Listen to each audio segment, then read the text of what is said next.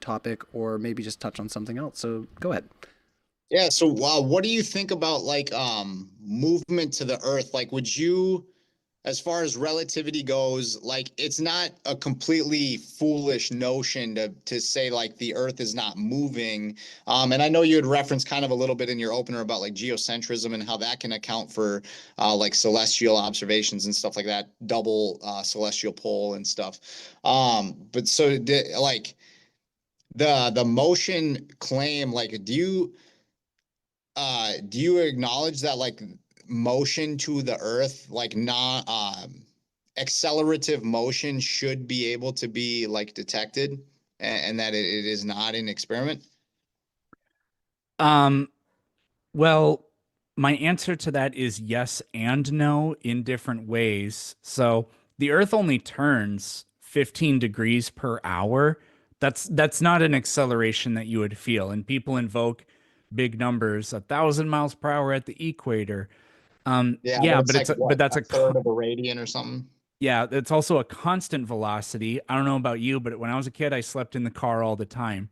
And like the idea of could you sleep if you were traveling 60 miles per hour? No, probably not. And then you keep in mind, oh, wait, but I'm in a car and everything in my surroundings, the windows are rolled up, so everything's moving at the same speed. So relatively speaking,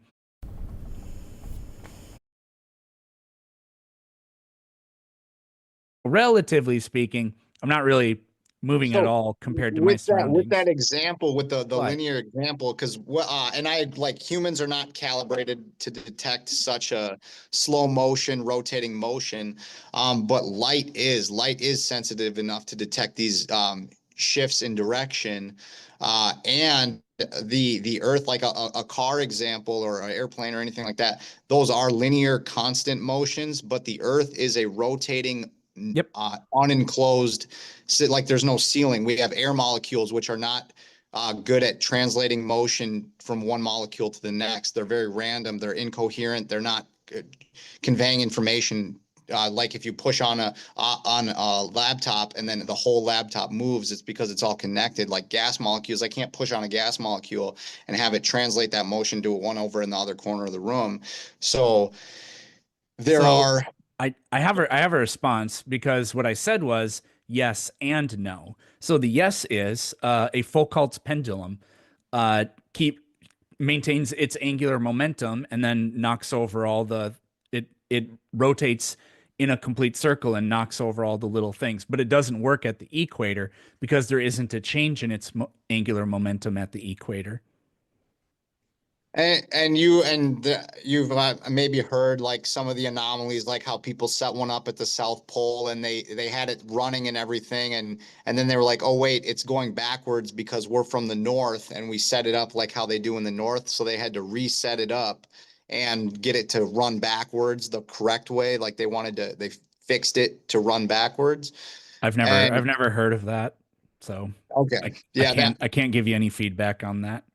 Okay, yeah. Some of the things I've heard about pendulums are that incident, and then there are things with like magnetic drives and kicker motors being put into pendulums to keep them swinging, but that might be more for a demonstration at a museum's type of purpose.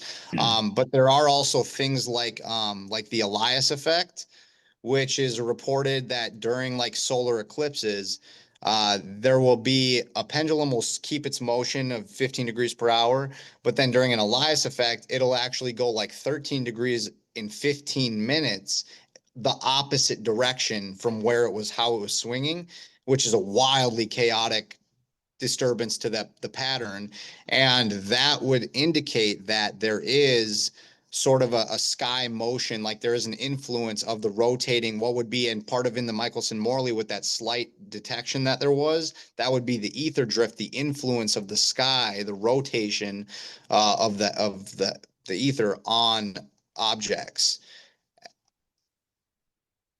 So I've never heard of the particular Elias effect that you're talking about. So like, sorry, I can't really give you feedback on that, but I was talking about. So like, um, I was gonna bring up the Coriolis effect because the Coriolis effect it's not a detection of motion, but the fact that hurricanes spin in different directions in different hemispheres, and the fact that ocean currents circulate in different directions in different hemispheres is explained by the conservation of that momentum as air currents and water currents move to different latitudes. So I would say it's sort of an observation. It's like a Like, byproduct of rotation, like in, yeah, like you can't. It's not a measurement of acceleration or whatever, but it's a consequence of that, and it's explained in the globe model. I've never heard a flat earther try to account for why the Coriolis effect is observed, because a stationary, non-rotating Earth, what on earth is producing rotating currents in different directions?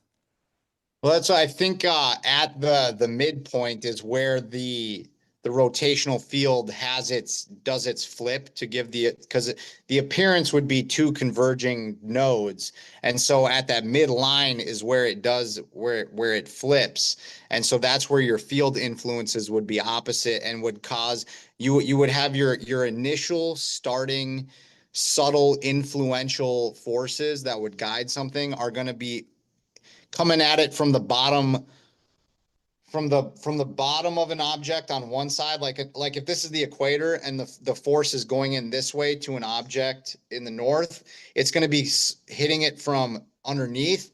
But if this is the equator and this is the object down here, the force is going to be going like this, and it's going to be hitting it from the top. So up here is bottom influence, up here is top influence. So that's going to cause it to spin one way or spin the other way, depending on how it's interacting, where it is at that midpoint with the field. And it's a very similar, it's an observation, and so it's both sides. It's kind of similar to the Earth with the globe, but instead of the ground rotating, it's the sky that can cause that influence, which is, I believe, supported by the Allias effect that shows influence, sky influence. But that would be what can influence those like hurricanes and everything like that. Um, yeah. What do you think? What do you think about tidal nodes? Like how there are amphidromic nodes like in the oceans and everything and in bays. There are areas where there is no tide. The tides go around those nodes, but Yeah. there are areas where there are no tides. And if the Earth was being like uniformly pulled in a bulge of water, wouldn't those tides go under that bulge and be influenced by the bulge? No, tides, even I'm Carmelo Anthony, and I'm here with David Yerman. really don't understand what a tide. That bulge and be influenced by the bulge? No, tides, even globe people really don't understand what a tide is. A tidal bulge, one of the misconceptions is people think that gravity pulls on the water, and that's what makes it do that, and that's really not the case. Because what actually happens is it's squeezed. Because what you have to keep in mind is, yes, the water directly underneath the moon is pulled directly toward the moon, but the water everywhere else is not pulled. It is pulled toward the moon, but there's an angle to that. So it's actually happening. Tidal bulges are actually a result of a squeeze. It's like when you pop a zit, you squeeze from the sides, and that creates the bulge. That's actually the effect we see. So this is why, for example, even huge lakes like the Caspian Sea or Lake Superior, they don't have tides because you have to have a huge, like thousands upon thousands of square miles accumulation of that sort of squeeze effect that produces the bulge. Now I say all that because it's not only that, but tides are a little more complicated. So, for example, like in the open waters, tides are very minuscule, whereas really extreme tides, those happen along coastlines. And that's because as that water is squeezed, the geography and the shape of the well, the Basin. yeah, the geography of the basin around it magnifies the effect. It's like, for example, in the Bay of Fundy in Nova Scotia, those have the most extreme tides in the world. And if you look at the Bay of Fundy, it's shaped like a funnel. And so what you have is it's almost like you have a pumping of water in there, and that's what contributes to such extreme tides there. But I mean, the like you can give some skepticism and like point out some head scratchers on like tides or whatever, and that's fine, that's fair, because all that's going to do is inspire a further pursuit of knowledge.